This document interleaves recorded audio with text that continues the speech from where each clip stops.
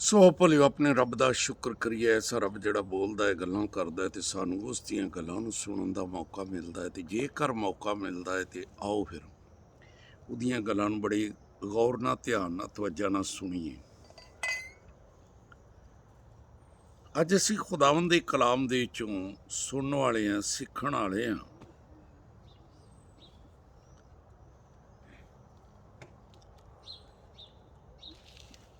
सो 22 ऐत च लिखिया है, 8 बाब दी 22 ऐत च, कख मैनूं ऐनक फड़ा दी मेरे, अयूब 8 बाब 22 ऐत, तेरे नफरत करन वाले शर्म दा जामा पहनणगे ते शरीरां दा डेरा कायम नहीं रवेगा।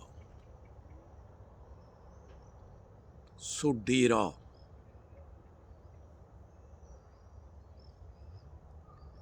लख असी उसनूं कहिए कलीसिया। कलीसिया दा ते मतलब है चुणे हुए लोग।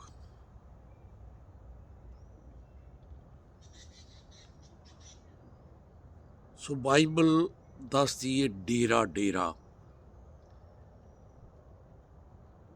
ते डेरा यिर्मयाह नबी दा सहीफा जिसले तेरा बाप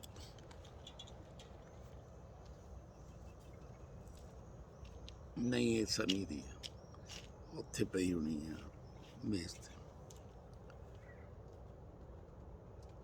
यिर्मयाह नबी दा सहीफा जिसले सी 13 बाप ਉਹਦੀ ਪਹਿਲੀ ਐਤ ਤੋਂ ਪੜ੍ਹਨਾ ਸ਼ੁਰੂ ਕਰੀਏ ਤੇ ਬਾਈਬਲ 'ਚ ਲਿਖਿਆ ਮਿਲਦਾ ਏ, ਖੁਦਾ ਨੇ ਯਿਰਮੀਆ ਨੂੰ ਆਖਿਆ, ਇੱਕ ਕਤਾਨੀ ਕਮਰਬੰਦ ਖਰੀਦ ਲੈ। ਸੋ ਉਸਨੇ ਖਰੀਦ ਲਿਆ ਤੇ ਫਿਰ ਆਖਿਆ, ਇਹਨੂੰ ਆਪਣੇ ਕਮਰ ਦੇ ਨਾਲ ਬੰਨ ਲਾ, ਤੇ ਉਹਨੇ ਬੰਨ ਲਿਆ। ਤੇ ਰੱਬ ਕਹਿੰਦਾ, ਇਹਨੂੰ ਪਾਣੀ ਦੇ ਵਿੱਚ ਨਾ ਭਗੋਵੀਂ। ਉਹਨੇ ਆਖਿਆ, ਠੀਕ ਹੈ ਜੀ,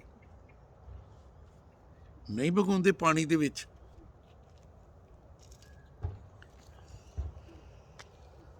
ਚੰਦ ਦਿਨਾਂ ਬਾਅਦ ਰੱਬ ਕਹਿਣ ਡਿਆ, ਜਾ ਕੇ ਇਹਨੂੰ ਦਰਿਆ ਫਰਾਤ ਦੇ ਕਿਨਾਰੇ ਚਟਾਨ ਦੇ ਸ਼ਗਾਫਾਂ ਦੇ ਵਿੱਚ ਦੱਬਿਆ। ਕਹਿੰਦਾ, ਮੈਂ ਖੁਦਾਵੰਦ ਦੇ ਕਹਿਣ ਉੱਤੇ ਗਿਆ ਏ ਤੇ ਮੈਂ ਜਾ ਕੇ ਉਸ ਨੂੰ, ਉਸ ਕਮਰਬੰਦ ਨੂੰ ਫਿਰ ਮੈਂ ਦੱਬ ਦਿੱਤਾ। ਚੰਦ ਦਿਨਾਂ ਬਾਅਦ ਰੱਬ ਫਿਰ ਕਹਿੰਦਾ, ਜਾ ਕੇ ਹੁਣ ਕੱਢ ਲਿਆ। ਤੇ ਕਹਿੰਦੇ, ਜਦੋਂ ਮੈਂ ਕੱਢਣ ਗਿਆ ਤੇ ਜਦੋਂ ਮੈਂ ਕੱਢਿਆ ਤੇ ਮੈਂ ਕੀ ਵੇਖਣਾ ਹੈ, ਉਹ ਕਮਰਬੰਦ ਤੇ ਇਸ ਤਰ੍ਹਾਂ ਦਾ ਹੋ ਗਿਆ ਸੀ ਕਿ ਦੁਬਾਰਾ ਉਹ ਕਮਰ ਦੇ ਨਾਲ ਬੰਨਣ ਦੇ ਕਾਬਲ ਨਹੀਂ ਸੀ ਰਹਿ ਗਿਆ। ਤੇ ਫਿਰ ਖੁਦਾ ਨੇ ਫਿਰ ਕਹਿੰਦਾ ਮੇਰੇ ਤੇ ਕਲਾਮ ਨਾਜ਼ਲ ਕੀਤਾ। 8 ਐਤ ਦੇ ਵਿੱਚ ਉਹਨੇ ਫਿਰ ਦੱਸਿਆ, 9 ਐਤ ਦੇ ਵਿੱਚ, ਕਿ ਯਹੂਦਾ ਦਾ ਘਮੰਡ ਤੇ ਯਰੂਸ਼ਲਮ ਦਾ ਵੱਡਾ ਗਰੂਰ ਹੀ ਇਹ ਸ਼ਰੀਰ ਲੋਕ ਜਿਹੜਾ ਮੇਰੇ ਕਲਾਮ ਸੁਣਨ ਤੋਂ ਇਨਕਾਰ ਕਰਦੇ ਨੇ, ਮੇਰੇ ਕਲਾਮ ਨੂੰ ਸੁਣਨ ਤੋਂ ਇਨਕਾਰ ਕਰਦੇ ਨੇ ਤੇ ਆਪਣੇ ਦਿਲ ਦੀ ਸਖਤੀ ਦੇ ਪੈਰੋ ਹੋ ਕੇ ਤੇ ਗੈਰ ਮਬੂਦਾਂ ਦੇ ਤਾਲਬ ਹੋ ਕੇ ਤੇ ਉਹਨਾਂ ਦੀ ਇਬਾਦਤ ਤੇ ਉਹਨਾਂ ਨੂੰ ਪੂਜਦੇ ਨੇ, ਇਹ ਉਸ ਕਮਰਬੰਦ ਦੀ ਮਾਨਤ ਹੋਣਗੇ ਜਿਹੜਾ ਕਿਸੇ ਕੰਮ ਦਾ ਨਹੀਂ ਹੋ ਰਿਹਾ। ਸੋ ਜਿਸ ਵੇਲੇ ਅਸੀਂ ਖੁਦਾ ਦੇ ਕਲਾਮ ਨੂੰ ਸੁਣਨ ਤੋਂ ਇਨਕਾਰ ਕਰਦੇ ਕਿ ਨਹੀਂ, ਇਹ ਨਹੀਂ ਮੈਂ ਮੰਨਦਾ, ਤੇ ਫਿਰ ਜਿੰਨੇ ਮਰਜ਼ੀ ਵੀ ਅਸੀਂ ਮਜਮੇ ਇਕੱਠੇ ਕਰ ਲੈਂਦੇ ਹਾਂ। ਜ਼ਬੂਰ 74 ਉਹਦੀ 4 ਐਤ ਨੂੰ ਪੜ੍ਹੋ ਤੇ ਲਿਖਿਆ, ਤੇਰੇ ਮਜਮੇ 'ਚ ਤੇਰੇ ਮੁਖਾਲਫ ਗਰਜਦੇ ਨੇ ਤੇ ਨਿਸ਼ਾਨ ਲਈ ਉਹਨਾਂ ਨੇ ਆਪਣੇ ਝੰਡੇ, ਆਪਣੀਆਂ ਤਲੀਮਾਂ, ਆਪਣੇ ਝੰਡੇ ਖੜੇ ਕਰ ਲਏ ਨੇ। ਸੋ ਜਦੋਂ ਅਸੀਂ ਆਪਣੇ ਝੰਡੇ ਖੜੇ ਕਰਨੇ ਆ ਤੇ ਫਿਰ ਖੁਦਾ ਉਸ ਨੂੰ ਡੇਰਾ ਕਹਿੰਦਾ ਹੈ। ਕਹਿੰਦਾ, ਮੈਂ ਤੇ ਆਖਿਆ ਮੇਰੇ ਨਾਲ ਲਿਪਟੋ।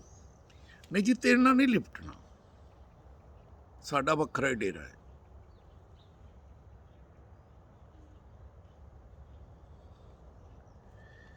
ਸੋ ਐਸੇ ਡੇਰੇ ਨਾ ਬਣਾਈਏ। हिजकिय्याह नबी दे सीफे नूं पढ़ीए ते लिखिया गुंबद, तू जगह जगह गुंबद बनाऊ।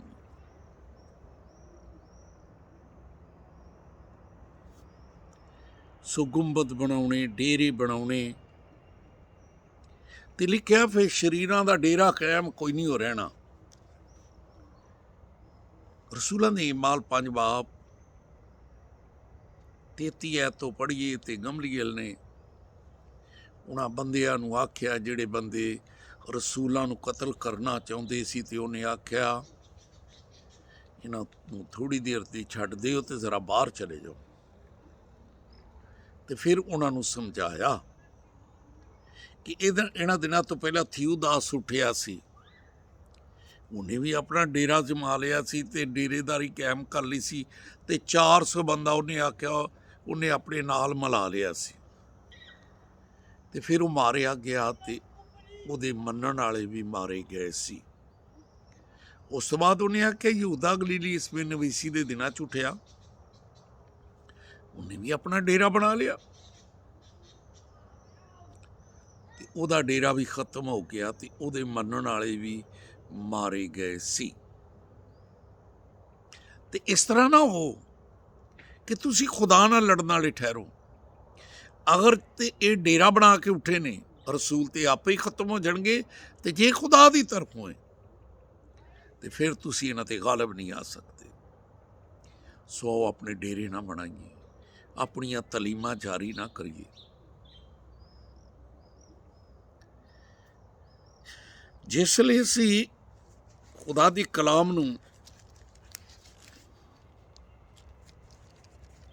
पढ़ने हाँ, अयूब दी किताब ही 20 बाब ते 4 ऐत, बल्कि 4 ऐत तो पढ़ना शुरू करिए। सो लिखिया है, तू कदीम तो इस गल नूं जानना है, तू कदीम तो इस गल नूं जानना है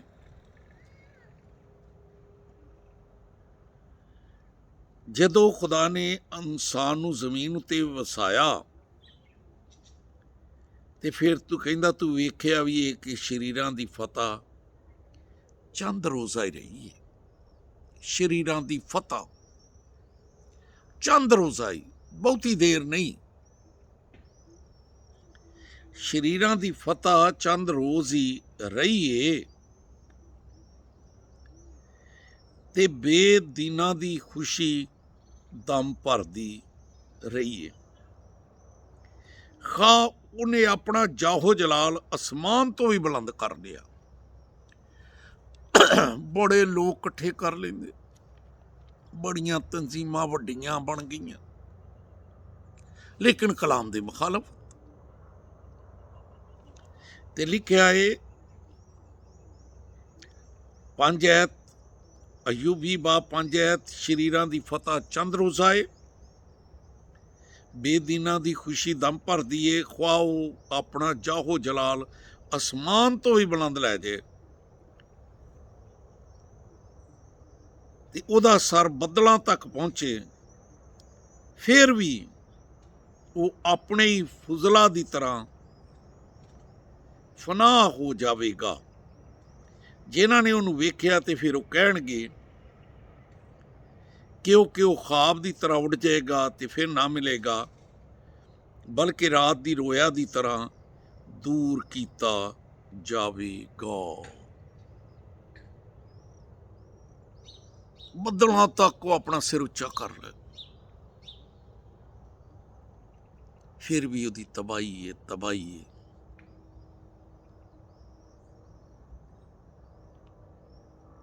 ते आओ अपने रब नूं नाल लैके, खा थोड़ी होई है, उन्हें आख्या जिथे 2 या 3 मेरे नाम तो कट्ठे हो जाएंगे, मैं उन्हां दे विच चला जावांगा। ਆਪਣੇ ਰੱਬ ਨੂੰ ਆਪਣੇ ਵਿੱਚ ਮੰਗੀਏ। ਉਹ ਗੱਲਾਂ ਕਰਦਾ ਹੈ, ਜਦੋਂ ਉਹਨੂੰ ਕਹਾਂਗੇ ਤੂੰ ਆ, ਤੂੰ ਗੱਲਾਂ ਕਰ, ਤੇ ਉਹ ਆਵੇਗਾ, ਉਹ ਸਾਡੇ ਨਾਲ ਗੱਲਾਂ ਕਰੇਗਾ। ਤੇ ਖੁਦਾ ਦਾ ਬੰਦਾ ਦਾਊਦ ਕਹਿੰਦਾ ਹੈ, ਮੈਂ ਗੱਲ ਖੁਦਾ ਦੀ ਸੁਣਾਂਗਾ।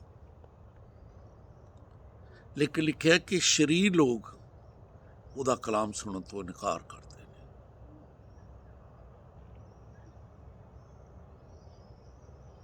ਅੱਛਾ ਫੈਸਲਾ ਕਰੀ, ਜਿਸ ਤਰ੍ਹਾਂ ਖੁਦਾ ਦਾ ਬੰਦਾ ਦਾਊਦ ਕਹਿੰਦਾ ਹੈ, ਮੈਂ ਗੱਲ ਖੁਦਾ ਦੀ ਸੁਣਾਂਗਾ ਜਦ ਕਰੇਗਾ ਕਲਾਮ, ਤੇ ਉਹ ਤੇ ਆਪਣੇ ਬੰਦਿਆਂ ਨਾਲ, ਪਾਕ ਲੋਕਾਂ ਨਾਲ ਤਬਾਮ। ਯਸਾਇਆ ਨਬੀ ਦੇ ਸੀਫੇ ਨੂੰ ਜ਼ਰਾ ਵੇਖਨੇ ਆ। ਯਸਾਇਆ 57 ਬਾਬ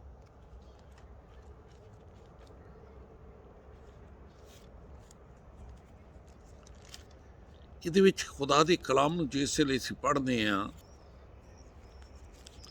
ਯਸਾਇਆ ਨਬੀ ਦਾ ਸਹੀਫਾ 57 ਬਾਬ 21 ਐਚ ਲਿਖਿਆ ਏ, ਮੇਰਾ ਖੁਦਾ ਫਰਮਾਉਂਦਾ ਏ ਕਿ ਸ਼ਰੀਰਾਂ ਲਈ ਸਲਾਮਤੀ ਕੋਈ ਨਹੀਂ ਗੀ।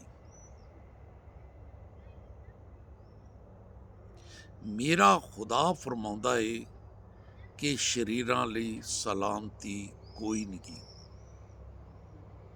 ਤੇ ਉਹ ਫਿਰ ਕਿਉਂ ਸ਼ਰੀਰ ਬਣਨੇ? ਕਲਾਮ ਨੂੰ ਸੁਣੀਏ, ਸੁਣਾਈਏ। ਉਹਦੇ ਪੁੱਤ ਨੇ ਆਖਿਆ, ਜਿਸ ਗੱਲ ਦਾ ਤੈਨੂੰ ਹਨੇਰੇ 'ਚ ਪਤਾ ਲੱਗਦਾ, ਤੂੰ ਵੀ ਅਜਾਲੇ 'ਚ ਕਰ, ਜਿਹੜੀ ਕੰਨ 'ਚ ਪੈਂਦੀ ਕੋਠੇ 'ਤੇ ਚੜ੍ਹ ਜਾ ਤੇ ਮਨਾਦੀ ਕਰ, ਤੇ ਵੱਡੇ ਵੱਡੇ ਡੇਰੇ ਨਾ ਬਣਾਈਏ। ਲਿਖਿਆ, ਛੋਟੇ ਗਲੇ ਨਾ ਡਰ, ਤੇਰੇ ਬਾਪ ਨੂੰ ਪਸੰਦ ਆਏ, ਤੈਨੂੰ ਬਾਦਸ਼ਾਹੀ ਦੇ ਦੇਵੇ। ਥੋੜ੍ਹੀ ਜਿਹੀ ਹੋਈਏ, ਖਾਲਸ ਹੋਈਏ, ਖੁਦਾ ਨਾਲ ਮਿਲ ਕੇ ਚੱਲੀਏ, ਚੰਗੇ ਰਹਿ ਜਾਣਗੇ। ਖੁਦਾਵੰਦ ਤੇਰਾ ਖਾਦਮ ਹੁੰਦੇ ਆ, ਜਿਹੜਾ ਕਲਾਮ ਤੂੰ ਮੈਨੂੰ ਦਿੱਤਾ ਹੈ, ਤੇ ਤੂੰ ਆਖਿਆ ਏ ਕਿ ਸ਼ਰੀਰਾਂ ਦਾ ਡੇਰਾ ਕਾਇਮ ਨਹੀਂ ਰਹੇਗਾ।